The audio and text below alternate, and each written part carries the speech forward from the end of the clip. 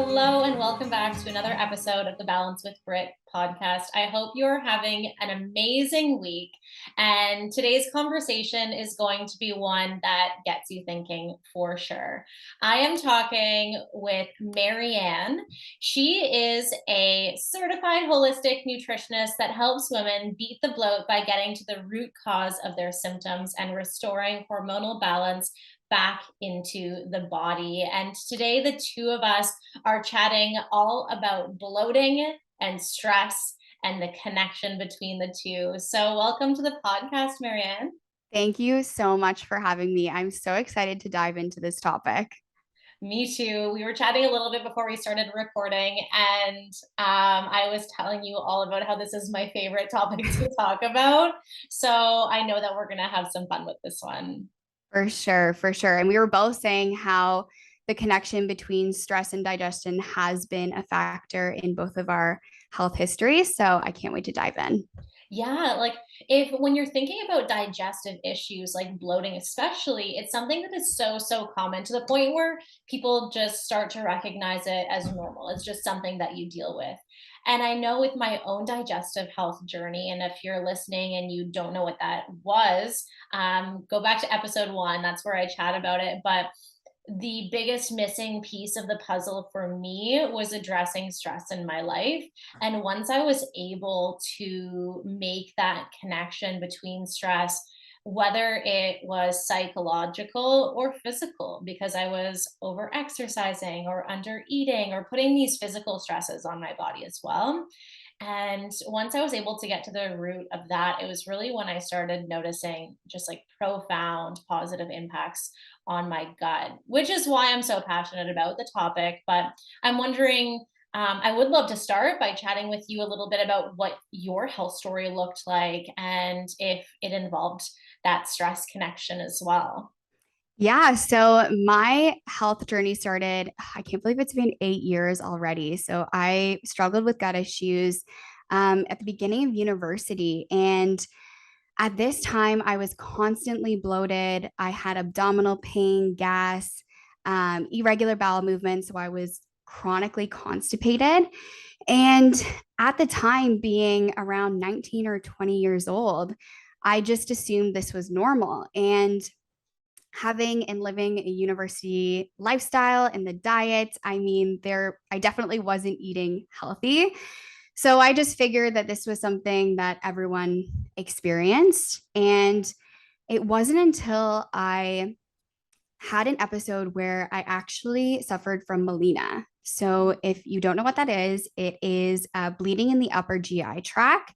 And this was the one thing that really pushed me to seek medical attention because at the time, like I said, I was just living with my symptoms. And when I went to the doctor, they gave me a colonoscopy and just to rule out any other serious conditions. So once those were ruled out, I received the ever so common, your results came back normal, Mm. which was a relief. But then again, I was back to square one and wondering where I was supposed to go from here. And I can remember sitting in the doctor's office, and it was such a short meeting. He told me all of my results came back normal. And um, that's when he gave me the diagnosis of IBS and gave me a low FODMAP diet. It was a brochure and sent me on my way. No guidance. There wasn't any, you should be reaching out to a healthcare professional, such as a naturopath or nutritionist, to help you along the FODMAP journey. And the thing is, the FODMAP diet was fairly new at this point. So even doctors were starting to adapt to it and didn't necessarily like know a whole lot about it. And I still think that's the case today. It may not be that they don't have the knowledge, but they don't really teach people how to properly implement it when they give that diagnosis. So having been given that, the low FODMAP diet actually caused me to develop a really poor relationship with food Mhm. because I took that diet and just eliminated all high FODMAP foods.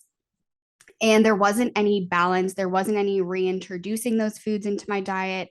I downloaded that low FODMAP app, and it gave you like the green and light traffic light system.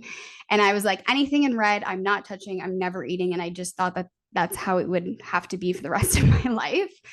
And to be honest, I did it for almost 2 years. Wow. Um, Granted, there was a few things where maybe I would slip up and have like gluten or dairy, but I was pretty strict with it for 2 years. And although it did help my symptoms in the beginning, my symptoms were still fluctuating. And I don't think it would have changed if I was on the FODMAP diet or if I wasn't. Mhm. Um, so then I really decided to start working with a naturopath. And this would have been about 4 years ago, I want to say.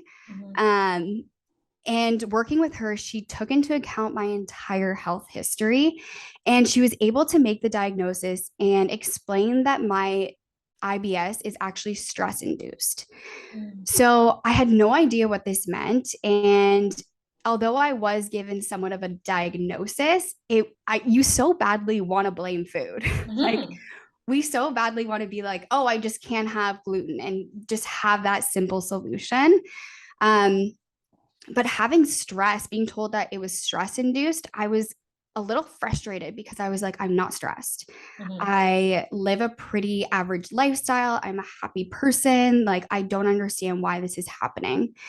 And she took into account that when I was 19, I was diagnosed with fairly severe depression and anxiety. Mhm. And although I was medicated at the time, I didn't understand. I was like, okay, yes, I received this diagnosis, but what does this have to do with my gut? Like, I'm bloated. Like, can we get back to focusing on Mhm. the digestive issues, right? Mhm. So, although it was frustrating, I took her advice. And sure enough, after really being able to reflect and look at my lifestyle and the type of things that I was doing, my diet, exercising, and just other little things that I was experiencing on a day to day basis that I didn't think were impacting me, but on a real level, like they really were. Mhm. And learning about the connection between our gut and brain just opened up a whole new door, and where I was really able to experience relief. That is amazing. So I'm like making notes over here because there's so many things I want to touch on. But firstly, I know you mentioned like you were dealing with the melena, which is, yeah, bleeding in the upper GI tract. Did you ever get to the root of that or like why that bleeding was happening? So, no, they didn't give me any reason Mm. as to why it was particularly happening. When I spoke to a naturopath, she kind of came to the conclusion that it might have been just the amount of stress that my gut had been under at that point, because this would be 4 years into, or 2 or 3 years of me and having those gut issues. Mm-hmm. And I was drinking fair, like a decent amount when university. Yeah. So I think I did a lot of damage, and it actually happened after a night out. So I think it was just the straw that broke the horse's back. And before going out, I didn't eat enough. And I think it just really caused a lot of irritation. And they said it was a peptic ulcer. Okay. So that can be caused, of course, by stress and like irritation. So, but they never gave me a conclusive diagnosis or anything like that. Super interesting. And even with, like you said, that low FODMAP diet, I know that's the direction a lot of people get. But I mean, you and I, as practitioners, know that that's kind of like a short term, use this to identify your intolerances and if you are intolerant, why. And it's not meant to be something that you're using long term because, yeah, it creates that fear around food and these lists of good and bad foods. And the bigger issue is why. Like, why are you intolerant to these things?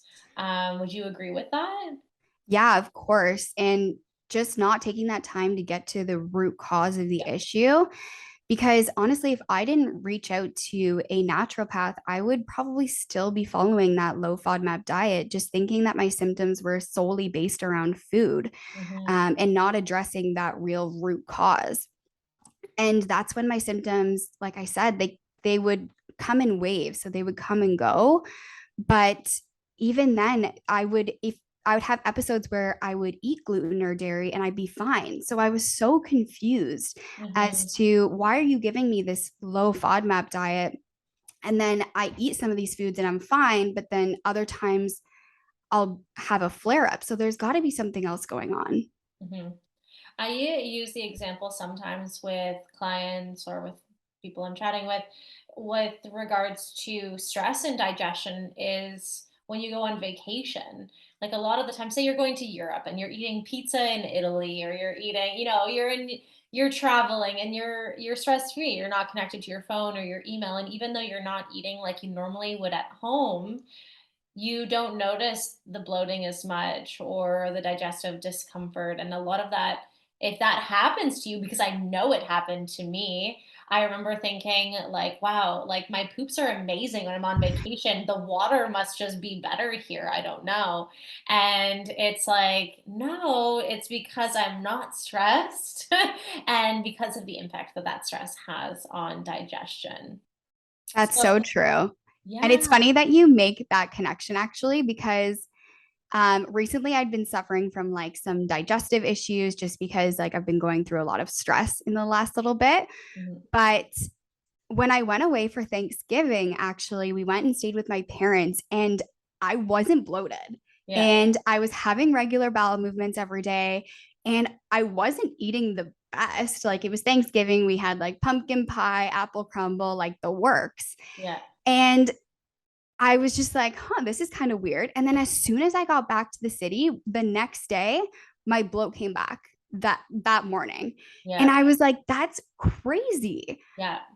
because nothing really changed other than where I was. And I guess subconsciously, I was holding on to a lot of stress when I'm in the city. And then when I was at home, I didn't notice any like obvious change in my stress levels, but our body's incredible. Our subconscious picks up on so much. I know even back when I would work, my 9 to 5 job, I remember I would get like a 30-minute lunch break and I would make a healthy like quinoa salad or, a salad or some soup or whatever. And I remember I would be in the bathroom immediately after. And the stress of not only like having to rush to eat in a short time frame, and also just like I think it just was in a bit more of a stressful role, was really impacting my digestion. And I always thought, I was like, oh, it must be lettuce, like it's the lettuce in my salad, or like, oh, it's the quinoa is hard to digest. And as soon as I paid attention to the stress component and I took a little extra time to like chew and sit with my food, then I noticed like such a profound impact. Oh, yeah. And once we take the focus away from just focusing on food and really focusing on not what we're eating, but how we're eating, I think that's when a lot of people start to notice a full circle and a lot of relief from that. And like I said at the beginning of this episode, like bloating is something that is super common. So many people deal with bloat, and so many of those people just accept that as normal. Like, I am just a bloated person. What would you say to those people who have just kind of accepted this as their new normal? Yeah. So the thing is, a certain degree of bloating is completely normal. So if you notice a slight protrusion of your lower abdomen after eating, especially larger, heavier meals, this is completely normal. It's when these symptoms are accompanied by things such as looking 6 months pregnant after you're eating, severe abdominal pain, or having a fluctuation of bowel movements going between diarrhea or constipation. That's when you should realize that these aren't normal symptoms, and that's when your bloating isn't normal. And I think the issue is that around social media, so many people have promoted body positivity, which is amazing. I am all for body positivity and loving your body the way it is. But when we're promoting bloating and not knowing a person's symptoms and saying this is completely normal, and Mhm. not having that background information, it can confuse a lot of people into thinking, okay, so I'm bloated, I have all this, but I guess everyone else is too. So I'm just not going to do anything about it. Mhm. Absolutely. And it's important to, yeah, make those connections. And some foods, yes, might make you bloated. Beans and legumes commonly bloat people, and it really depends on the preparation methods. And we're not necessarily going to get into that now, but there are like a certain amount of fartiness is normal. But when you're uncomfortable, when it's, yeah, combined with those less than stellar bowel movements, then we really want to pay attention to those signals our body is sending us.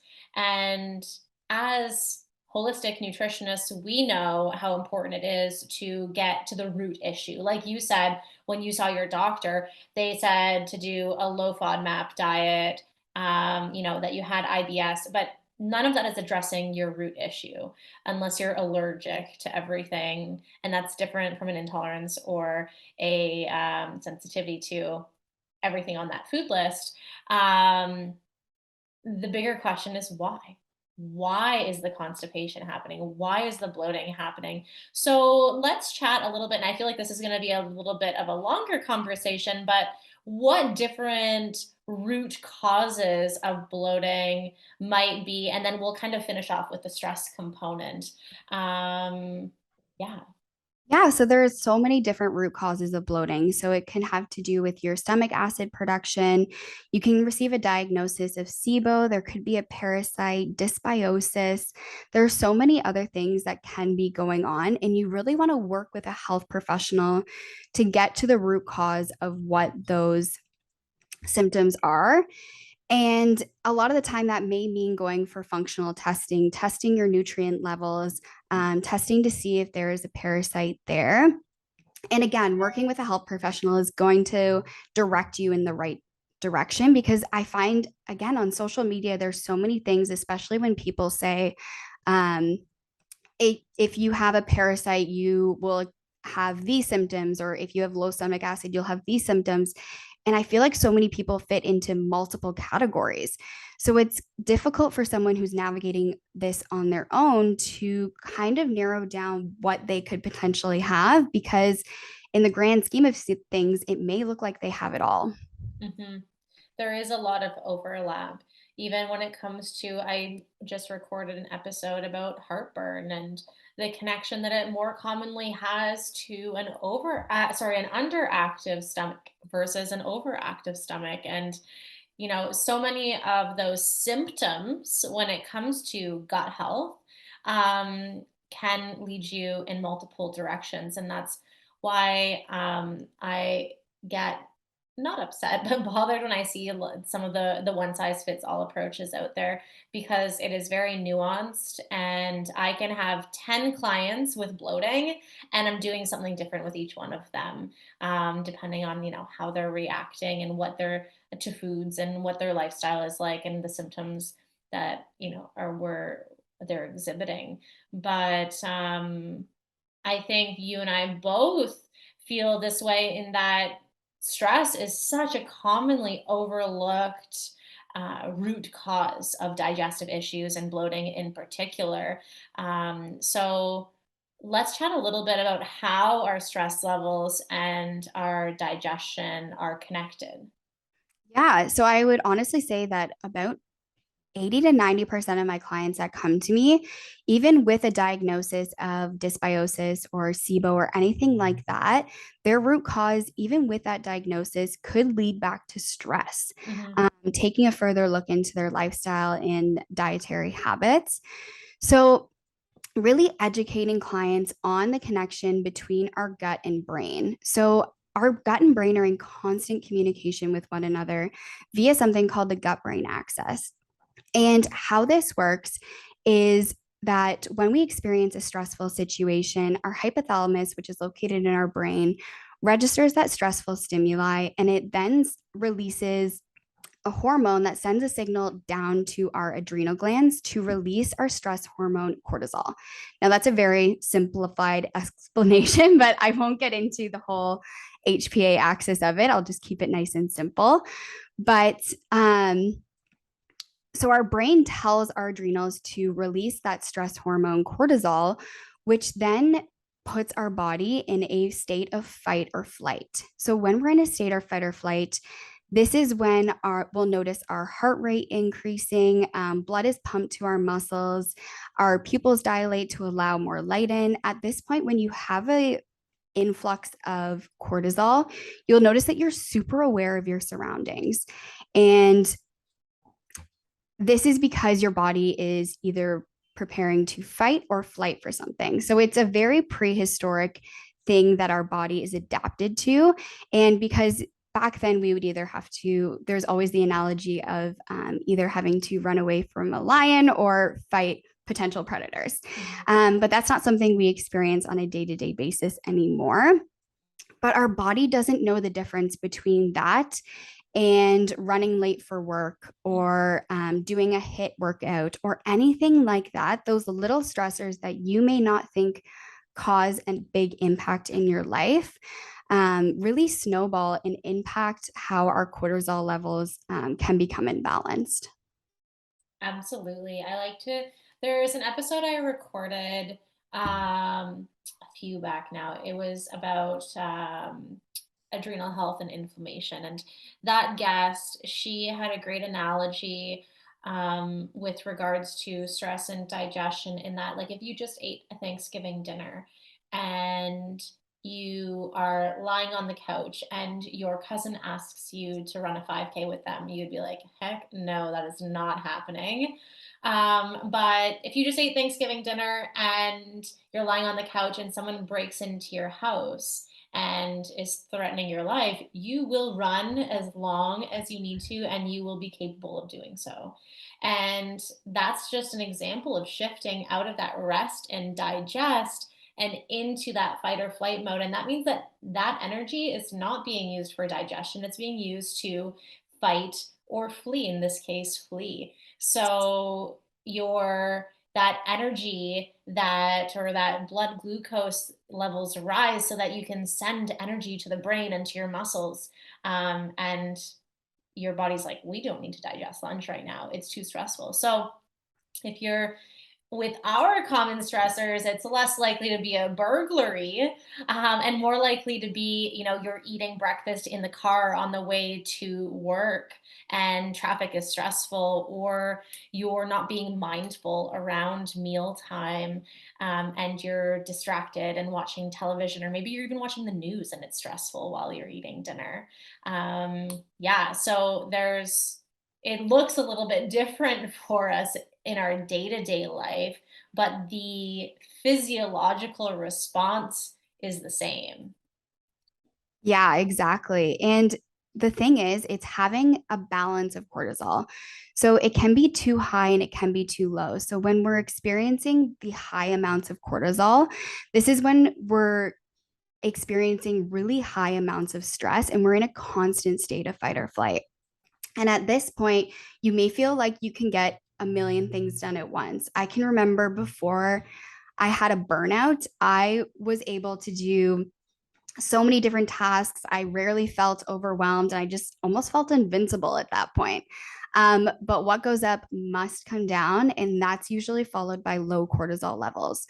So when you're in a constant state of your adrenals pumping out cortisol, then they're eventually going to wear out. And that's exactly what happens after you've been running off of stress hormones for such a long time, and your body can no longer keep up with the stress demands, and the levels start to drop. And this is where we can start to see, honestly, in both high and low cortisol levels, we start to see the digestive issues, because like you said, digestion is the least of our body's concerns. They're not going to care about digesting your lunch when they're trying to fight or flee a predator. Mm-hmm. So really making sure that your levels are balanced throughout the day.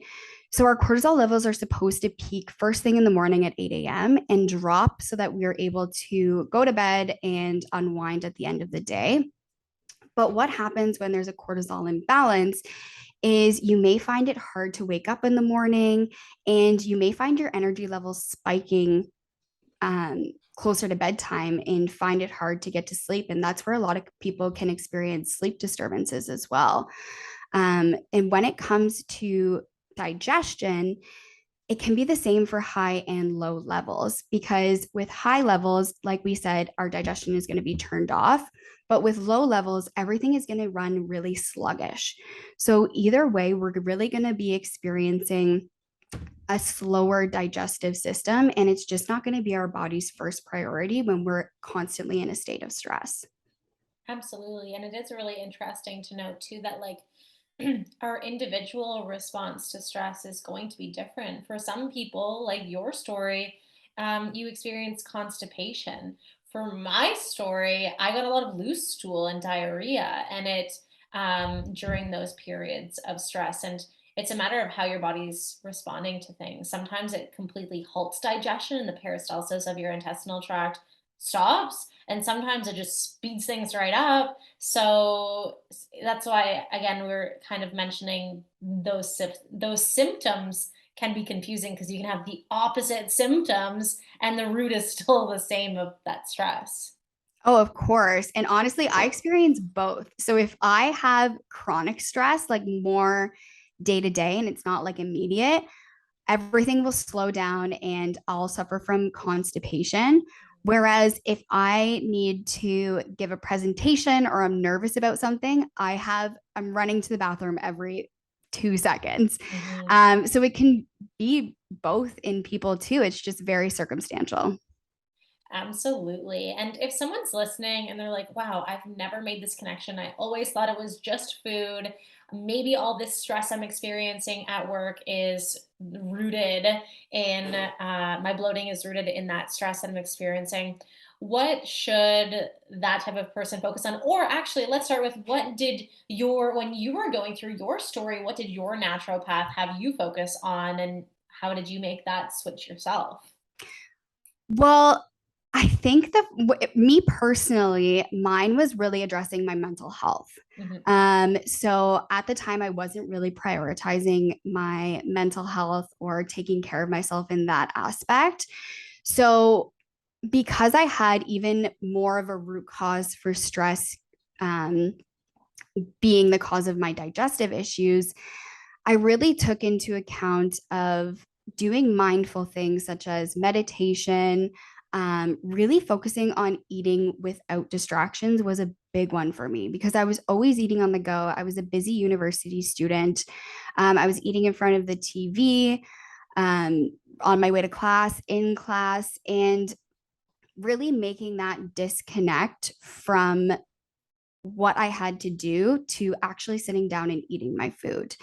Those were things that I found really helped me, and also practicing mindfulness because I was so worried. And like we talked about, that fear around food that can develop if you're in a constant negative state and you're always fearing what foods you're going to eat and if they're going to trigger an inflammatory response. Well, right there, you're triggering a stress response in the body.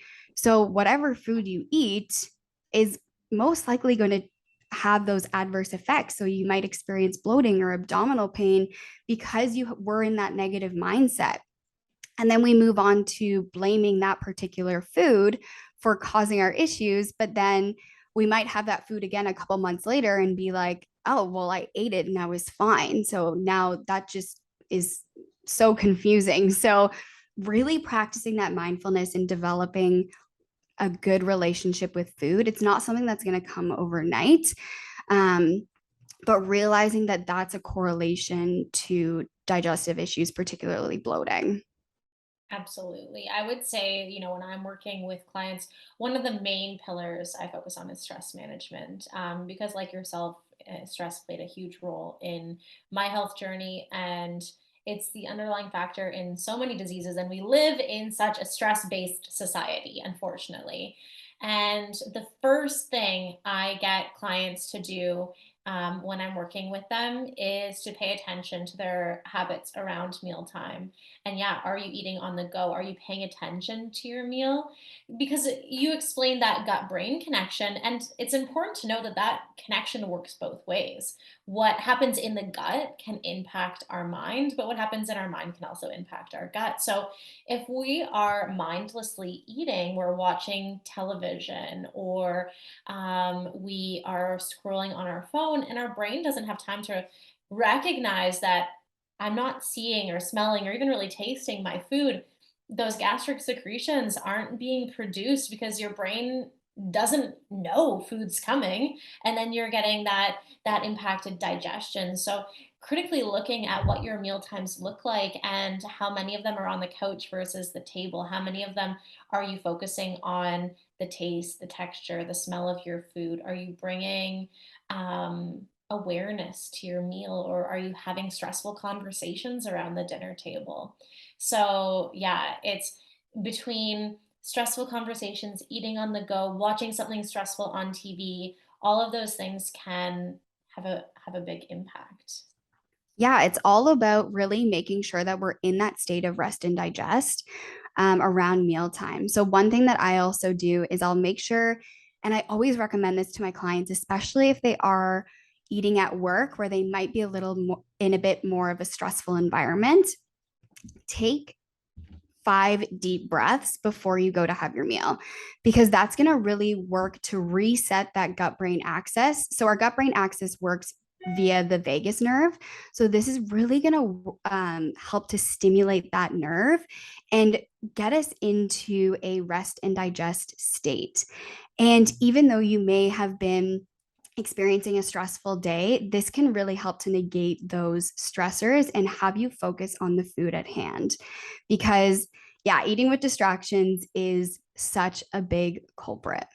Mhm. And even on that topic of like, yeah, eating at work, and if it's a high stress environment, I'm also a personal trainer and like fitness instructor. And if I'm going straight from a HIIT workout to dinner, again, I've got like my body is like perceiving that as stress. So I would take some time to relax before I go into a meal rather than just heading straight into dinner time if I just completed a HIIT workout. And if I don't have time to like wind down necessarily, yeah, sitting at the table and having a few deep breaths, have some calming music playing, and really focusing on my meal goes such a long way. It's like it feels like magic because I'm like, how is this? But it's true. It really does make such a positive impact on our digestive health. It really does. And honestly, I can understand how frustrating it can be for people to hear such what is perceived as like simple fixes, because Mhm. we so badly want like a complex situation and kind of want more of a reason behind why we're bloated or our digestive issues. But it can be as simple as just taking that time to relax and really learning, like we said, about that gut brain connection. Because I can remember when I received my diagnosis, like I'd mentioned, I was so frustrated Mhm. because I didn't see the correlation between the two. So I wasn't able to understand the impact that it really has. And like you said, it's a two-way street. So our gut is connected to our brain and our brain is connected to our gut.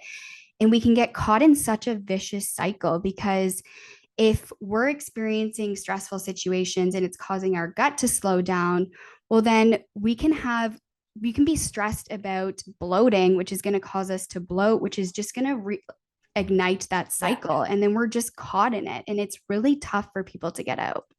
Absolutely. It creates this like self-fulfilling prophecy of I'm stressed about eating this because I know something's going to bother me. I don't know what it is. There's a FODMAP hiding in here.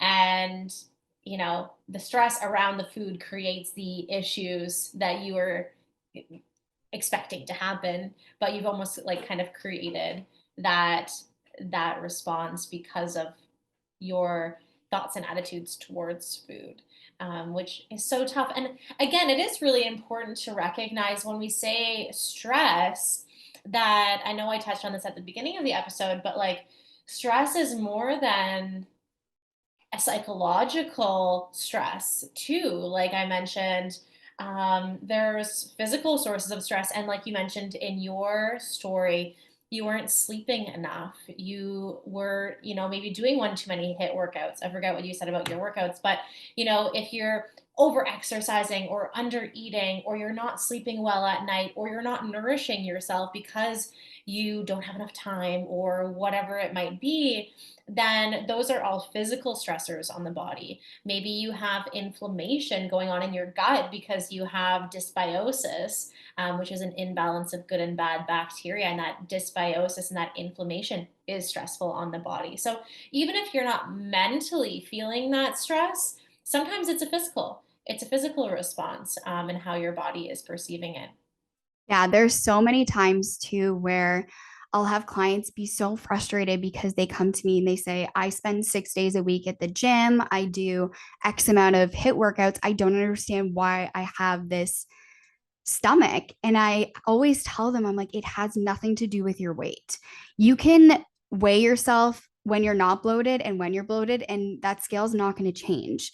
It has nothing to do with that. It's what's going on in your gut. And chances are that over working out and overexerting yourself is actually doing more harm than good. And it can be a really big shift in mindset to get clients to realize that doing more low intensity workouts is going to be more beneficial than doing those hit workouts that are could be aggravating their symptoms even more. Absolutely. And would you say, like, someone who's listening, they're like, I do have a lot of stress, but I'm never going to be free of it. Like, is it about eliminating the stress, or is it more managing it? Well, today it's basically impossible to eliminate stress from our Mhm. lives, especially with the lifestyles that a lot of us live. And to be honest, our body is designed to handle stress. A certain amount of stress is actually healthy for us. So we don't want to work necessarily to completely eliminate stress, but it's all about managing what we can control. Mhm. So, what I actually have my clients do is I have them make a list of all of the possible stressors in their life. And from that list, I have them narrow down three that they feel they have control over. And then from that one, I say, let's change this one today. How can we modify it? What are ways that we can change this to make it less impactful on your body? So, whether that's removing some processed foods from the diet, or maybe they're constantly late for work and they're stressed when they're in traffic on their way to work. So, that means leaving a little bit earlier, simple things that we can change. But it's all about making these changes slowly. I find that people get so wrapped up in having to make all of these changes at once. And our whole goal is to reduce stress on the body. So if we're become stressed about having to make all of these adjustments, we're actually doing more harm than good. So Mhm. taking it one step at a time and making one goal and having that change and then seeing how much it actually impacts and then just snowballing on that. Absolutely. I know I commonly work with people as well with like stress and anxiety, and I work really hard to create small habits that we can build on, because I don't want the shifts that we make together to be one more stressful piece of your puzzle. I'm trying to help you navigate stress, not add to it. So what would you say are would be your top 5 ways listeners can support their stress levels, whether it be nutritionally, supplements, or lifestyle shifts? Yeah. So, on top of the ones that we had already mentioned, so like taking deep breaths before meals, eating without distractions, I really think that it's important to disconnect and especially from social media. So, taking that time to really allow yourself to make restrictions around things such as your phone, TV, and work. I mean, with the pandemic, we've become so used to working from home, and but when do we shut that off? And setting those boundaries around, okay, at 5 or 6 I'm closing my laptop and that's it. I usually set my notifications off. I will turn I have like a nighttime evening app on my or setting on my phone where I don't get any notifications. um, and we've adapted something at our place where there's no TV until 8 o'clock, and then it's usually bed by 9 or 10. So really developing those habits. And because other than that, it's going to be hard for you to disconnect because it's just we're so used to it. We're so used to having our phone. We're so used to sitting in front of the TV right after work, or answering work emails until 9 o'clock at night. So really making sure to make the effort to disconnect. That's a really great one as well. I try really hard to I do the same thing as you, like turning off notifications in the evenings. And I mean, as entrepreneurs, we're always wanting to connect. And if someone reaches out, I want to respond right away. But even if you're not an entrepreneur, because a lot of people are working from home now. So your home and your work are the same place. It's easy to feel like I can just respond to an email in the evening. But setting those boundaries are really important because you're not was it you don't live to work, you work to live. And setting those boundaries for your own mental health and your own stress management is important so you have time to wind down in the evening. Yeah. And again, it's about starting slow. So maybe you start by um, setting your notifications off that week. And then the next week, okay, let's try to only sit in front of the TV for an hour every night. It's not about, okay, just disconnecting altogether because that can be stressful for a lot of people, especially if it's a normal routine that they're used to. Hmm. And I know, like, I've touched on this in previous episodes, but I think it's important to pay attention to, or to acknowledge the fact that stress management isn't always bubble baths and face masks. Like sometimes it's spending the time to create a nourishing meal, because we know that when we are going through periods of stress, not only is digestion compromised, so that we're having more difficulty absorbing the nutrients from our food, but we're using up more of those nutrients like our magnesium and our B vitamins, and um, because we have those heightened cellular demands. On top of that, when we are really stressed, we're more likely to seek out convenience and processed foods and comfort foods. So not only are we using up more of our nutrients, but we're depleting them faster. We're not replenishing them as much. And even if we are, we're not necessarily absorbing them super well. So when I'm going through heightened periods of stress, I try to remind myself this is when I need home cooking. I need to prioritize a home cooked meal tonight for my stress and my anxiety levels. Yeah. And honestly, you touched on my second one, which is like eating a healthy whole foods diet. Because when you're in that state of stress, like you said, it's really acknowledging that and making the effort to avoid any processed or inflammatory foods and making that connection with food and really creating a delicious, nutrient dense meal. And a lot of the time, I'm teaching clients exactly what that looks like, and that can be a stress outlet for them. Hmm. Absolutely. And I think when we look at those whole foods and incorporating them as a self-care routine, it becomes a little bit easier because I know when I was at the height of my stress and anxiety, I rarely made time to cook because I don't have time. I don't have time to cook that. And it's like now I've shifted my mindset to this is when I need it the most. And yeah, it's I had no idea that my stress levels could have an impact on my nutrient status and yeah, my digestion and all of that. So that's a really great point to make. Did you have any others that we haven't touched on? Yeah. So for nutrients, especially, I always recommend B vitamins and vitamin C because Hmm. these are nutrients, like you said, that are going to be depleted, especially around stress. And because they're water soluble vitamins, we need to be taking them on a regular basis. So it's not something you can just pop one in the morning and then call it a day. Because your levels are being so depleted throughout the day, I always recommend taking them with meals. B vitamins, of course, not past 3 p.m. because they are going to increase your energy levels. So you might have a hard time sleeping. So, but making sure that you're really adding those supplements into your diet, because if you notice that you are living a more stressful lifestyle or you are experiencing some degree of stress, Those are going to be nutrients that are really going to help to nourish and replenish anything that's been lost.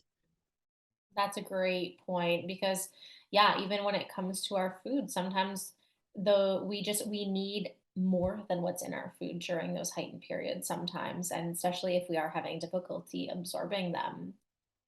Um, I have one more, which okay. is it's going to be finding movement you enjoy. Mm. So even if this is HIIT training, I mean, do it once or twice a week, but make sure it's in moderation. But even if it's just light movement, I'm a big advocate for going for a walk, especially after dinner. If I find that if I sit on the couch right after eating, I am guaranteed to have bloating and some level of discomfort. So even if it's just a light 10 to 15-minute walk after your meals, that's a big one. And finding something that you enjoy, you can use it as an outlet. So if it's playing tennis or golf or going for a run, something that you enjoy doing, it's not only going to benefit your body because you're moving and engaging in exercise, but like I said, it's going to be an outlet for you to relieve any stress and disconnect from your stressors of a day to day. That's a really excellent point because when it comes to movement and exercise, like often people will think like I need to go to the gym every day but like if you don't like the gym, don't do it. But Yeah. for a bike ride or a walk or a hike or kayaking or whatever it might be, boxing. I started taking boxing lessons with my husband and it's so fun. Amazing. That's a stress relief right there. Right? I know. So a little thing, like, I mean, it's not little, but I mean, things that bring you joy. Exercise doesn't need to be something you dread. Do it with someone you love or a friend, or hold each other accountable and just find something that brings you joy and that you enjoy doing and you feel good after. And it might not be the HIIT workout. It might be a yoga class and that's okay. Yeah, it's all about something that you enjoy and you look forward to doing. Like my girlfriends and I even just started doing a Pilates class together. And we started doing it because we were simply like, we don't see each other enough and we all Mhm. need to get out of the house. So let's do a class together every week. And we love it. We Mhm. look forward to it because, like you said, it's not even only the movement that we're getting out of it, but I get to see my friends. It's a nice outing. So finding something that you really enjoy, you're not going to find it, you might not find it right away, but Mhm. just trying different things and finding out what that something is for you. Absolutely. These are such great tips, and I feel like there's so much information in this episode for people who are dealing with bloating and who may not have recognized stress as one of the culprits. So, thank you so much for chatting with me today. If someone's listening and they would love to get in contact with you, what's a good place to do that? So I am on Instagram at Balance with Marianne. I also have a website, balancewithmarianne.com, where you can learn more about my Beat the Bloat program. And if this episode really resonates with you and you find that stress may be a contributing factor to being the cause of your bloat, I highly recommend you head over to my Instagram and I have a quiz in my bio. It's a quick, short quiz, but it'll give you an idea of whether or not stress could, in fact, be a contributing factor to your gut issues. And I think this is a really good way for people to kind of open their eyes and explore that option as being a root cause. Absolutely. That's such a great tool. I kind of want to take the quiz myself. Go for it. Awesome. Well, thank you so much. And if you are listening and you deal with bloating, I hope you found some valuable insights from this episode. If you have a friend or a coworker or a family member who you think might value this episode, then pass it along to them. And I appreciate each and every one of you. And I appreciate you, Marianne, for chatting with me today. Thank you so much for having me. It's been so much fun.